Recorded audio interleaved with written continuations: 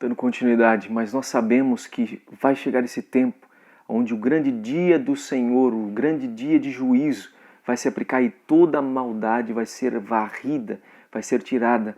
Mas enquanto nós vivermos nesse tempo, nessa terra que está contaminada, porque transgrediu os mandamentos do Eterno, precisamos nos separar. E é isso que entra a santificação, é isso que entra o propósito de nós nos separarmos, para não ser tomados e contaminados por essa iniquidade, mas para que nós possamos andar em obediência, sendo alcançado pela graça, mas também sendo aplicado em nossa vida os aspectos da lei que revela o caráter do Eterno em nossa vida, em obediência, não transgredindo os seus mandamentos. É isso que Zacarias estava tendo naquela visão, uma sétima visão, demonstrando os aspectos de obediência diante do Eterno. Você vai observar que a linguagem que o próprio Espírito, através do Eterno e da sua palavra, revelou aos profetas, estão todos sincronizados no mesmo propósito. E nisso você observa Oséias capítulo 4, que o Senhor diz assim: ó filhos de Israel, escutai a palavra do Eterno, porque o Eterno tem tem uma contenda contra os moradores da terra, porque não existe verdade, nem bondade, nem conhecimento de Deus na terra. A maldição, o engano, o homicídio, o despojo, o adultério se multiplicaram e misturaram sangue. Por esta causa a terra está de luto. Liga mais uma vez com as palavras de Isaías. E farão lamentação todos os seus moradores, as bestas do campo, as aves do céu e até os peixes do mar morrerão. E nisso nós vemos como o apóstolo Paulo tratou, dizendo que a natureza está gemendo, a natureza está em desordem, tudo está alterado dentro do plano que foi criado original lá no Éden, aquilo que o Eterno criou. O pecado, a transgressão da lei traz desordem, traz uma desconfiguração, e nisso nós observamos que isso se aplica para a história e para os nossos dias.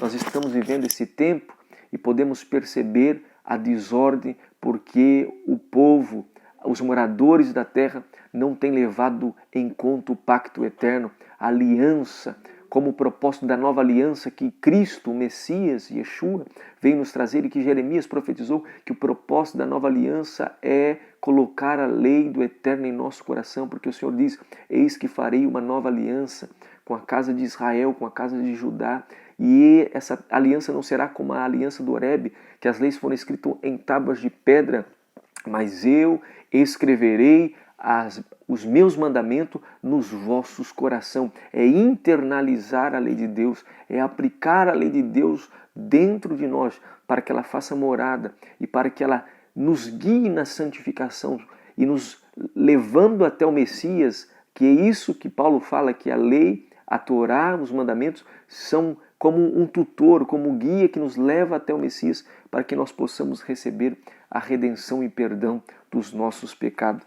Nisso nós percebemos e observamos, atentando para o momento que Cristo, o Messias, passou pelo período de provação no deserto de tentação, liberando aquilo que a palavra tinha já sido descrita. Você vai observar o Messias mencionando aquilo que já tinha sido revelado através dos profetas, através daquilo que Moisés escreveu, quando ele diz: não só de pão viverá o homem, mas de toda a palavra que sai da boca de Deus.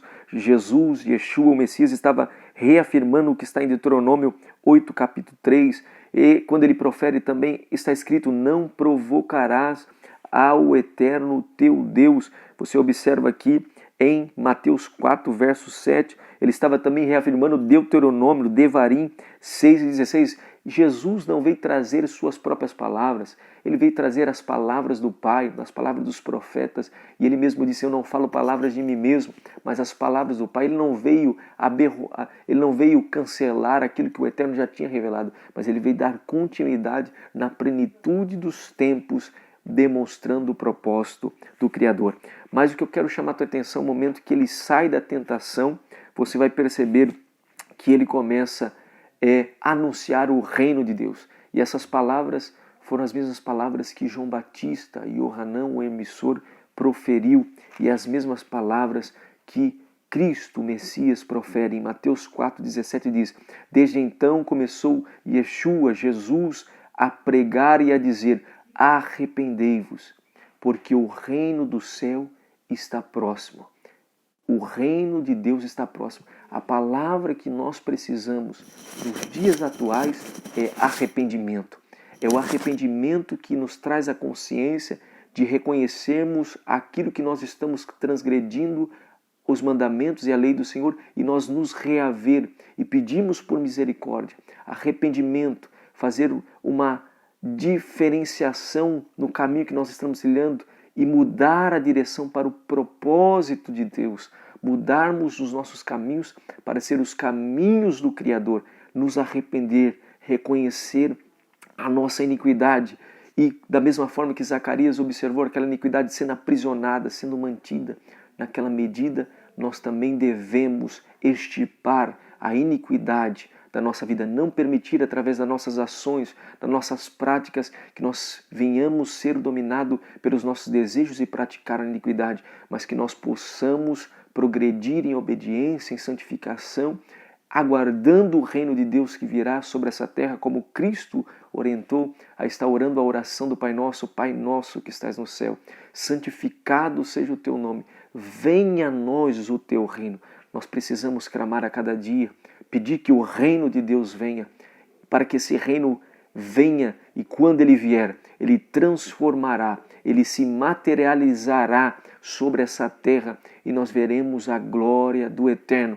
Nós viveremos tempo de ressurreição, nós veremos o tempo que a natureza irá se transformar como desde o princípio. Nós precisamos voltar, é um tempo de volta, nós estamos caminhando e observando tanta desconfiguração, estamos observando a terra se tornando em luto pelos pecados, pelas transgressões, mas o servo de Deus, o justo, ele anda na contramão do mundo. O mundo quer caminhar como Nimrod, quer construir, quer levantar nome, mas o justo, ele caminha de volta para a origem, caminha de volta para o Éden, para a restauração de todas as coisas.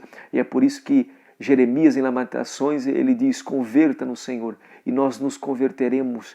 Volta os nossos dias, torna os nossos dias como dantes. É disso que nós precisamos, de arrependimento, de reconhecer e fazer uma autoanálise, como Paulo trata na igreja de Corinto: examine-se o homem a si mesmo, identificar em nós o que precisa ser transformado, identificar em nós o que nós precisamos santificar para que a iniquidade não venha habitar em nossa vida, em nosso ser, em nossas práticas, mas que nós possamos representar e resplandecer o reino de Deus.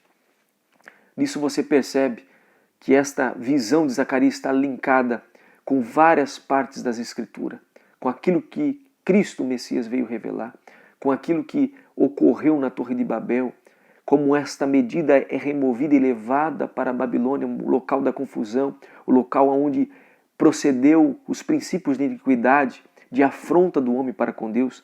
E nisso você observa o plano e o projeto de Deus através do seu Filho para resgatar o homem, para através do único sacrifício, o Cordeiro perfeito, que é Cristo, o Messias, nos resgatar da nossa vã maneira de viver. É nisso que você percebe. A obediência nos leva a vivenciar o reino de Deus hoje, anunciando esse reino, mas nós iremos alcançar esse reino na volta do Messias. Nisso você observa, percebendo que a mensagem de Yohanan, de João, não foi diferente.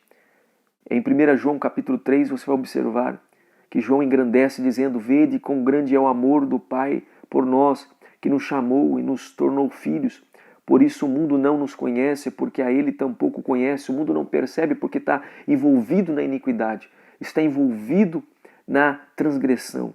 Amados meus, agora somos filhos de Deus, e agora não se manifestou o que haveremos de ser, mas irá se manifestar na vida de Cristo. Mas sabemos que quando Ele se manifestar, seremos semelhante a Ele e o veremos tal como Ele é. E todo que tem essa esperança nele, no Messias, no Mashiach, a si mesmo se purifica como ele é puro.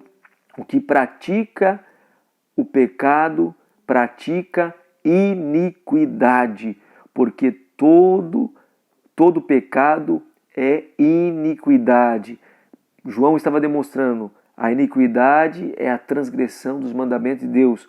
Então, se de uma forma clara nesse verso ele está dizendo o que pratica o pecado, pratica a iniquidade. E a iniquidade é a transgressão da lei de Deus. Mas, diante do mundo que nós estamos vivendo, que parece que esta iniquidade está solta, que ela não está aprisionada, não está mantida dentro desta eifa, dentro dessa medida, mas nós, como servos do Messias e do Criador, precisamos anunciar esse reino, precisamos apresentar as nossas obras de santificação, as nossas obras de arrependimento, as nossas obras de confissão e de entender, e precisamos não apenas entender, mas também anunciar ao mundo que o mundo precisa da lei do Criador, o mundo precisa da sua Torá, da sua instrução,